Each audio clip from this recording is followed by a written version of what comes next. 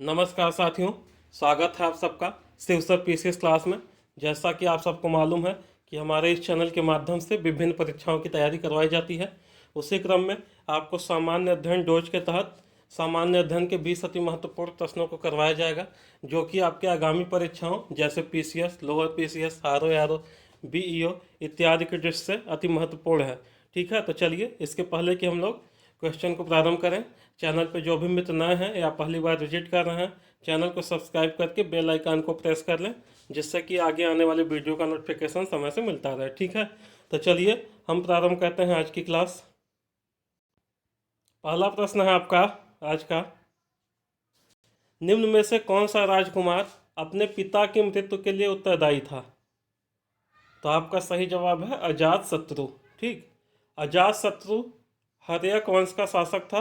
वह अपने पिता बिंबिसार की हत्या कर मगध का शासक बना था। ठीक है, तो आपका सही जवाब हो जाएगा अजातशत्रु। आइए दूसरे प्रश्न पे चलते हैं। दूसरा प्रश्न है आज का, पहला गुप्त शासक जिसने सिक्के जारी किए थे। देखिए यहाँ पहला पूछा गया, पहला गुप्त शासक। तो पहला गुप्त शासक जिसने सिक्के जारी किया था वह है आपका चंद्रगुप्त प्रथम। ठीक, चंद्रगुप्त प्रथम गुप्त वंश का तीसरा व महान शासक था। इसने महाराजा धीराज की उपाधि धारण की थी। ठीक, तो आपका क्वेश्चन ऐसे भी पूछा जा सकता है कि वह गुप्त शासक जिसने महाराजा धीराज की उपाधि धारण की थी, तो आपका हो जाएगा चंद्रगुप्त प्रथम। आइए तीसरे प्रश्न पे चलते हैं। दिल्ली के किस सुल्तान ने ब्राह्मणों पर भी जजिया कर लगाया था? इंपॉर्टेंट प्रश्न है। इसका सही जवाब होगा फिरोज तुगलक। ठीक, आइए चौथे प्रश्न पे चलते हैं। चौथा प्रश्न, मैं एक समाजवादी और गणतंत्रवादी हूँ और मुझे राजाओं एवं राजकुमारों में विश्वास नहीं है, यह वक्तव्य संबंधित है। तो ये कथन आपका जवाहरलाल नेहरू ने कहा था, तो ये संबंधित हो जाएगा जवाहरलाल नेहरू से। आइए पांचवें प्रश्न पे चलते हैं हम लोग। पांचवा प्रश्न है आज का, निम्न में से कौन स्कर्वी रोग के इलाज के लिए उपयोगी है? तो आपको मालूम है कि स्कर्वी रोग विटामिन सी की कमी से होता है और विटामिन सी आंवले में प्रचुर मात्रा में पाया जाता है। तो इसका सही जवाब क्या हो जाएगा आपका आंवला। स्कर्वी रोग के इलाज में उपयोगी है आंवला। छठा प्रश्न आज का, अंटार्कटिका में तीसरे भारतीय शोध केंद्र की आधारशिला जिस नाम से रखी गई है वह है? तो आपका इसका सही जवाब है भारती। ठीक, भारती नाम से तीसरा शोध केंद्र बनाया गया है। कहाँ? अंटार्कटिका में। आपका क्वेश्चन कभी कभी पहला भी पूछ लेता है कि पहला कौन सा था, तो यहाँ पे देख लीजिए, जनवरी 1982 को अंटार्कटिका में पहले स्थायी स्टेशन केंद्र दक्षिण गंगोत्री का निर्माण हुआ था। तो सही जवाब क्या हो जाएगा? दक्षिण गंगोत्री, अगर आपसे पहला पूछेगा। ठीक है, चलिए सातवां प्रश्न देखते हैं हम लोग। सातवां है आपका, एनोस्मिया कहते हैं, एनोस्मिया। ठीक, तो आपका सही जवाब हो जाएगा घ्राण संवेदना की कमी को। ये होता क्या है देख लीजिए, इसमें व्यक्ति को सूंघने की शक्ति समाप्त हो जाती है व्यक्ति की। तो आपका बी ऑप्शन हो जाएगा। आइए आठवें प्रश्न पे चलते हैं। निम्न में से किस रोग की पहचान के लिए बीएमडी परीक्षण किया जाता है? ठीक, बीएमडी, तो इसका सही जवाब हो जाएगा ऑस्टियोपोरोसिस। बीएमडी इसका फुल फॉर्म क्या है? बोन मिनरल डेंसिटी का परीक्षण ऑस्टियोपोरोसिस रोग की पहचान के लिए होता है।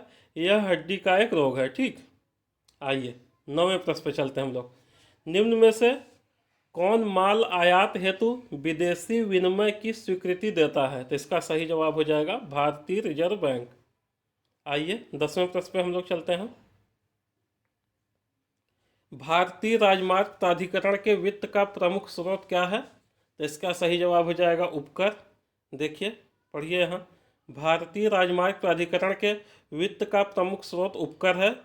केंद्र सरकार डीजल और पेट्रोल पर 0.5% प्रति लीटर के हिसाब से उपकर लगाती है। ठीक, आइए आगे देखते हैं हम लोग। 11वां प्रश्न, मोड वेट संबंधित है। तो मोड वेट आपका उत्पाद कर से संबंधित है। आइए आज का 12वां प्रश्न देखते हैं।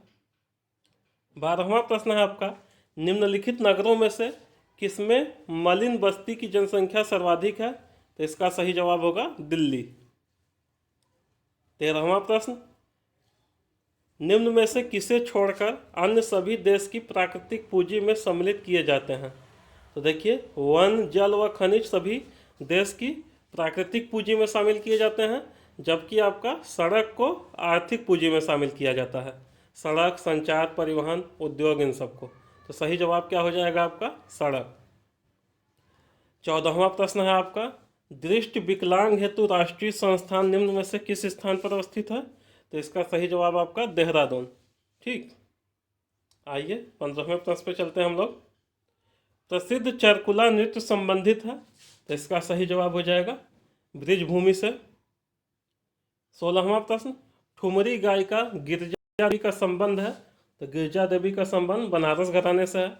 गिरजा देवी को वर्ष 2011 में संगीत नाटक अकादमी नई दिल्ली द्वारा सर्वोच्च सम्मान अकादमी रत्न प्रदान किया गया।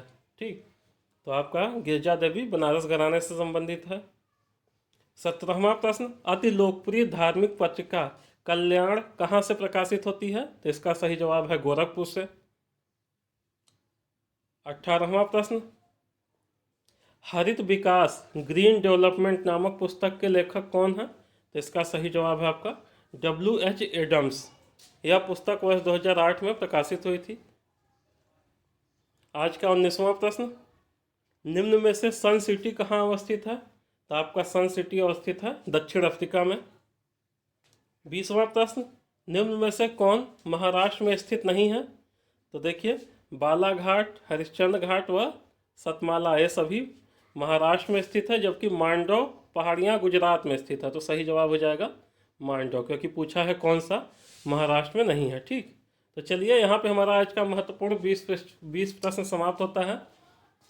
अगर आपको वीडियो पसंद आया है तो इसको लाइक करके अपने मित्रों में शेयर कर लीजिए। ठीक, यदि आप लोग